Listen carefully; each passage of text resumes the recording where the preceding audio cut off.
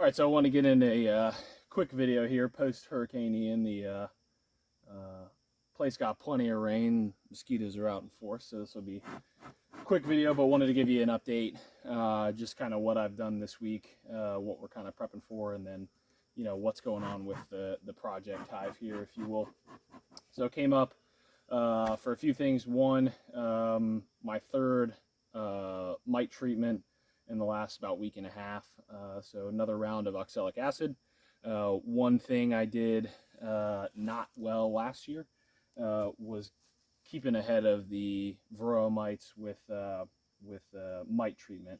So I think that's why I had about over half of my hives die throughout the winter last year. I think they were all pretty weak and left because of it. So this year, done a lot better job of keeping track of the mites, keeping doing checks on how many mites are in the hives, and then treating regularly to stay ahead of it. So hit all the hives today. One of my, I think, favorite investments, hive related investments, is this thing. It's a vaporizer, so I don't have to walk around. Oh, hopefully I think it's stung in the face.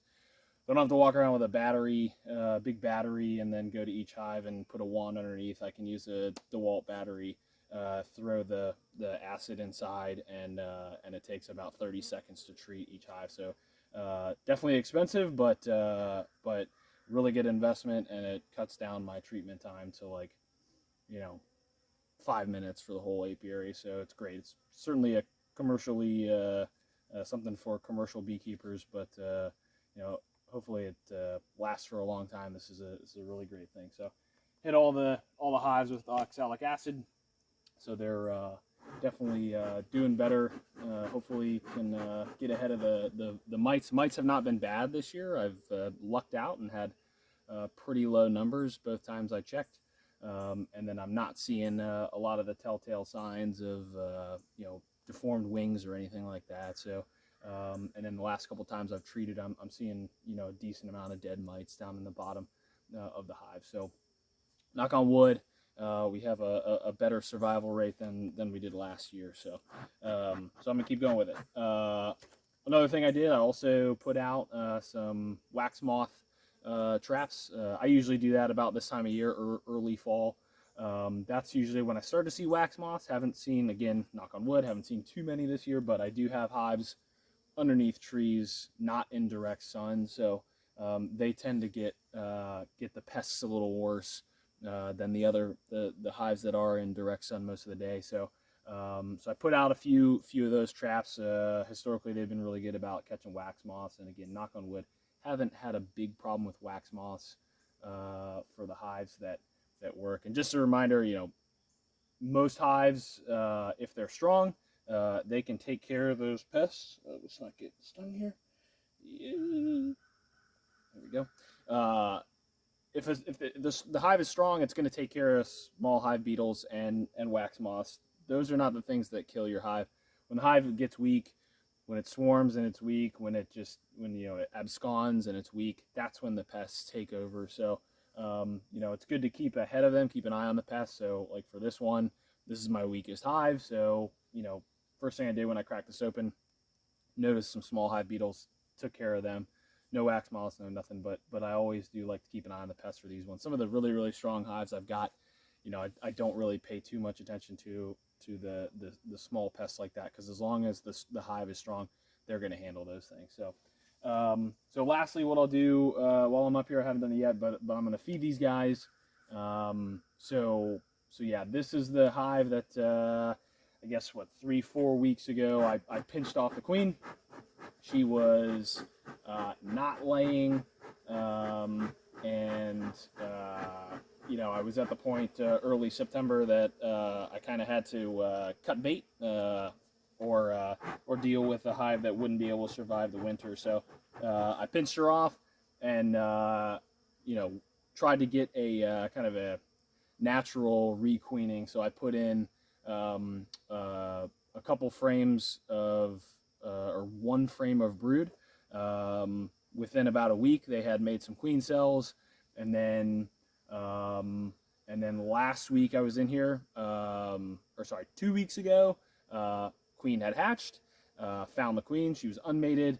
Last week, mated queen. And now I know I won't try to show you on camera here because it's gonna be too hard, but now I've got eggs pretty much everywhere. So, you know, she's started laying probably a couple weeks ago. And then I'll try to pull out a frame here without getting stung too many times here. This is kind of the first, you can see we've got a decent brood pattern there, especially compared to the last queen, and then what this hive's been going through for the last couple months. This is a really good sign. We've already got capped brood. That's new from last week. I think both sides of this one's got some capped brood, yeah, and so they're filling in. Outside of the capped brood there's eggs everywhere. There's small larvae. It's a really good sign compared to what it was. So just wanted to give an update on that because you know, we've, I think, kind of turned a corner on this hive. We'll see what happens over the next 6 months. But what I'm going to do is obviously, and there's about 3 more frames with just a ton of eggs in there. And I just found her a couple minutes ago, and she's moving, plopping more eggs in there. It's really a good sign. So what I need to make sure I do is keep feeding them, because all those bees, as they grow, they need to be fed. And this hive may be a little weak to bring in enough food to you know, rear all that brood up. And then obviously it's October now, so you know, another month we're probably done with goldenrod and food sources out and about. So I need to keep ahead of feeding them, because they're probably not going to be able to put aside enough honey to make it through the winter on their own. So I'm going to keep feeding them, and like I do with most of the hives, I'm going to feed them through the winter just to get them through, help where I can. We have pretty mild winters here. Hopefully that trend continues. But you know, the double-edged sword there is that sometimes is worse because they'll just continue eating all winter, and then they'll eat through what little stores they have. And if I'm not really on top of it feeding them, they might not make it. So this is going to be my priority hive. Obviously, it's the weakest, but everything seems to be trending in the right direction, and I think we've got a good foundation to make it through the winter. So all good news here. No hurricane damage. My straps and my cinder blocks held out. Definitely some water levels rising up here. I see some leaves and pine needles and sticks all over the place that obviously came in, but I'll clean that up and they'll all be good to go. So Hurricane Ian, bit of a dud up here, which was good. So yeah, we'll see how she shakes out. We'll keep on trucking.